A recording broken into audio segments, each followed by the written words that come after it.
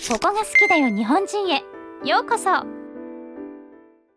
皆さん、夜に友達と会ったら何をしますか？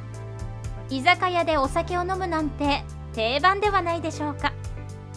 外国人から見ると日本のお酒文化にはいろいろと驚く点があるそうです。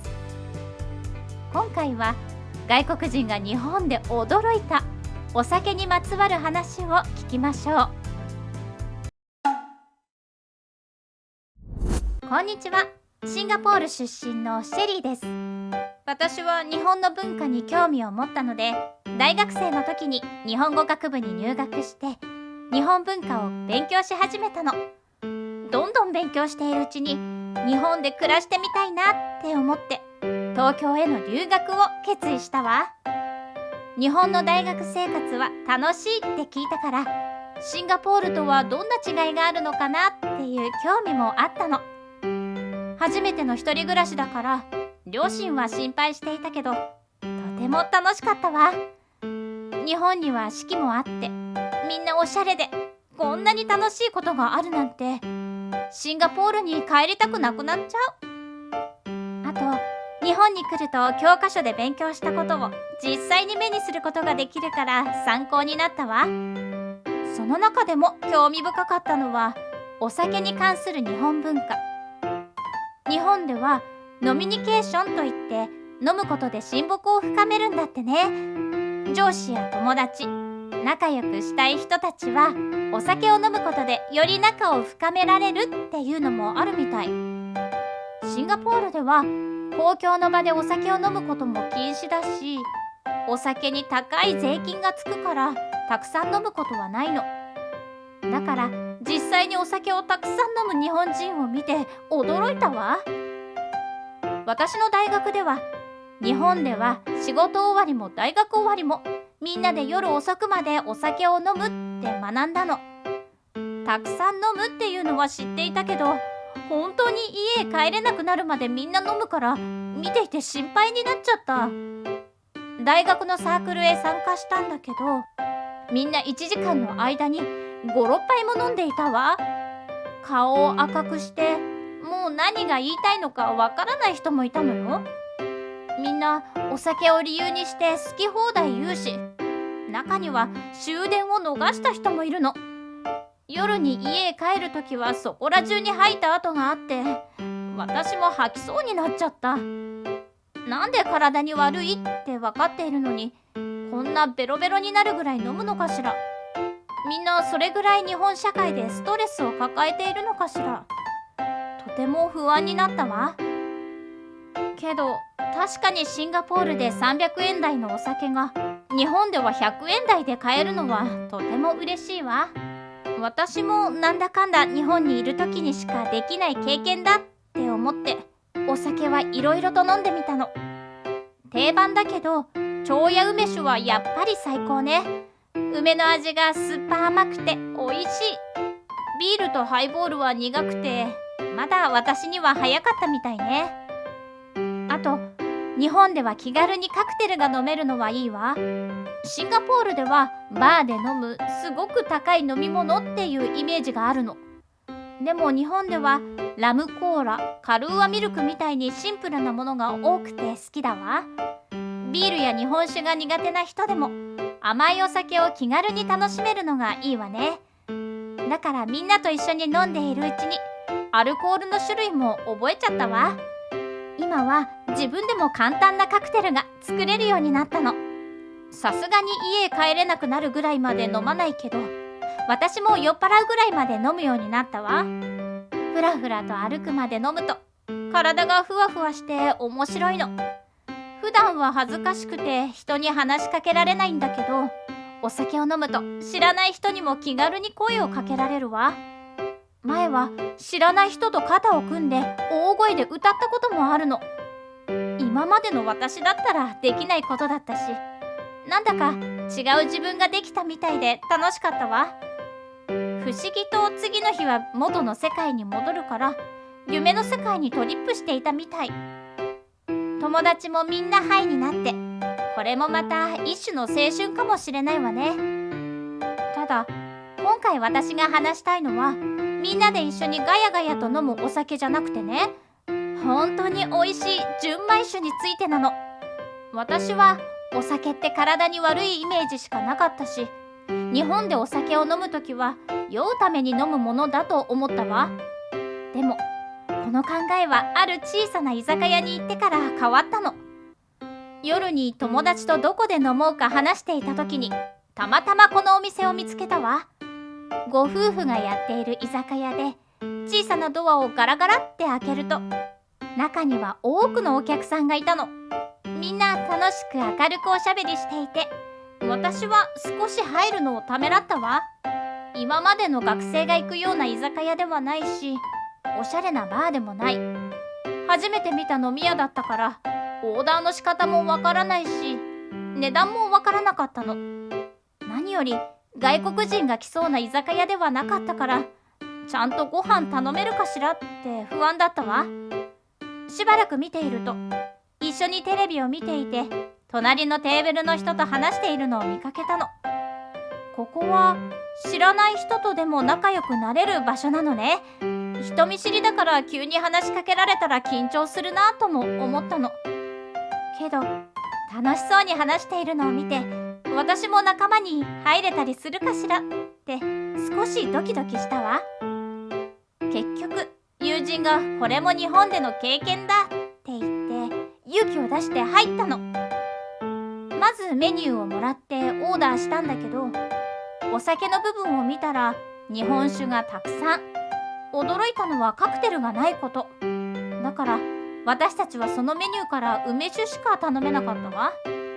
周りを見たらなんだかみんな日本酒飲んでるみたい。日本酒はすごい美味しいって聞くけど、私にはアルコールが高くて強いイメージがあったから、あまり飲みたいって思ったことはなかったわ。そしたら私たちが外国人なのを知って、日本酒は飲んだことはある？と店主が聞いてきたの。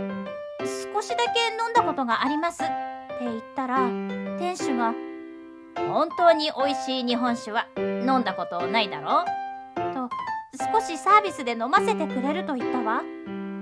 そんなことをしてくれることが嬉しかったんだけど、本当に飲めるかなっていう不安もあったわ。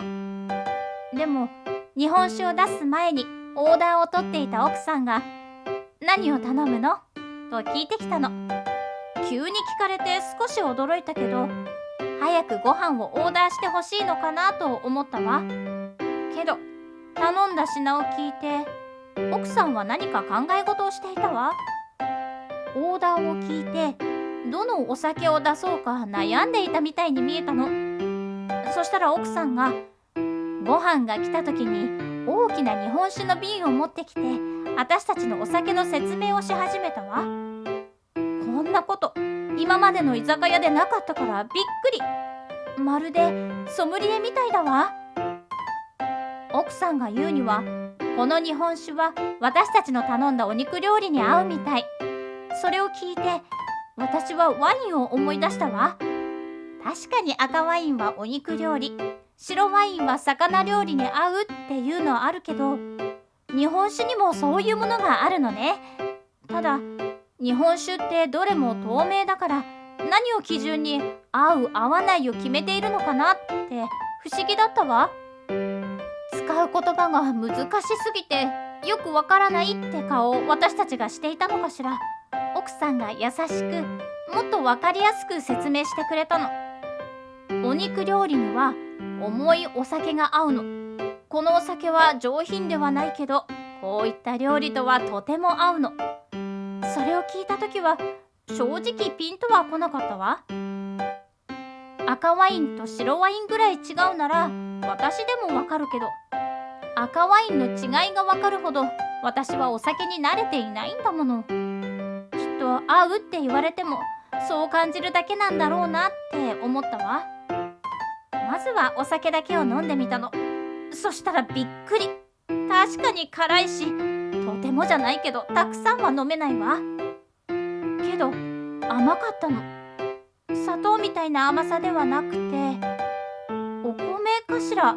自然の甘さが出ていて、今まで飲んできた日本酒とは違ったわ。けどさらに驚いたのはその後、奥さんがご飯と一緒に食べたらまたお酒の味が変わるよって言ったから、唐揚げと一緒にお酒を味わってみたわ。そしたらびっくり。お酒だけで飲んだ時はやっぱり辛いって思ったのに、ご飯と食べたら少し味が変わったわ。なんだか旨味がアップした気がして美味しかったの。やっぱりアルコールが高いからみんなといる時みたいにたくさん飲めなかったし、飲む量が足りてないって感じたわ。けど少量でもちょうどよく酔ったし、なんだかいつもより気分が良かったの。後から聞いたら、このお店は日本酒をいろいろと取り扱うお店で、日本酒好きな人たちが集まるんだって。もし予算を教えてくれればその範囲で合うお酒を出してくれると言ったので、私たちは次のご飯に合うお酒をお願いしたわ。次はお刺身をお願いしていたの。そしたら奥さんがまた日本酒の瓶を持ってきて説明したの。このお酒は上品な味がしてお刺身と合うのって言っていたわ。まずはさっきみたいにお酒だけ飲んでみたの。このお酒はさっきのお酒より少し飲みやすい気がしたわ。私が飲んだことのあるタイプに少し似ているんだけど、そんなことを思うぐらい私はこの短時間で違いがわかるようになったの。日本酒一つにしてもいろんな味があったのね。次にお刺身と一緒に食べたらやっぱりびっくり。お酒もご飯も美味しくなったわ。もっと驚いたのは、お肉の時に飲んだお酒よりも本当にこっちのお酒の方がお刺身に合ったということ。美味しいご飯を食べるためにお酒を飲む、それは私のアイデアの中になかったことね。そしたら店主が手の空いている時に私たちに説明したわ。本当に美味しい日本酒はお米だけを使って職人さんが手間暇かけて作っているってね。さらに店主は、純米酒はエタノールっていうアルコールを入れるのではなく、お米でアルコールを作っているとも言ったわ。だから二日酔いもしないし、お米のいい成分が体にいいんだって。いつもみたいにお酒で発散した感じはなかったけど、その日はなんだか居心地が良かったわ。次の日の朝に起きたら、店主が言っていたみたいに体が軽くてびっくり。今まで酔っ払うためにお酒を飲んでいたけど、あの時のご飯は全く違った。とても新しい経験だったわ。お金はあまりないから、あそこの居酒屋にはあまり行けなかったけど、それから日本酒の純米酒について少し勉強したの。甘いものとか辛いもの、バナナやリンゴの味がするもの、中には白いものが入った純米酒もあるのよ。同じ純米酒でもどのお酒かによって合うご飯も違うの。私はご飯が好きだからすごく気に入っちゃった。少し残念なのは周りが日本酒の良さを知らないこと。友達と居酒屋に行ったら皆酔うために飲むし、シンガポールではきっと高すぎて飲めないわ。だから日本酒を実際に飲むことは少なかったの。けどお酒にもいろんな楽しみ方があることをあの居酒屋で学んだわ。こんなにお手頃な値段で純米酒を飲める日本人が羨ましいって思ったの。私ももう少し大人になってお金を稼ぐようになったら、友達と一緒にまたあの居酒屋に行って飲んでみたいわ。きっと日本人でもそういうお酒の楽しみ方があることを知っている人少ないと思うの。だから海外ならさらにきっと少ないわ。だから私の友達だけでもいいから、純米酒の素晴らしさを知ってもらえたら嬉しいわ。いかがだったでしょうか。日本にはさまざまな酒造が各地にあり、それぞれの職人さんが何ヶ月もかけてお酒を作ります。そんな日本酒が海外でも人気になっているようです。シェリーがいるシンガポールでも純米酒を取り扱うお店が増えているそうですね。ぜひこの機会にいろんな日本酒を試してみてはいかがでしょうか。最後までご視聴いただきましてありがとうございました。視聴者の皆様のご意見ご感想をコメント欄までお寄せください。もしよろしければ高評価やシェアしていただけると嬉しいです。それではまた次回の動画をお楽しみに。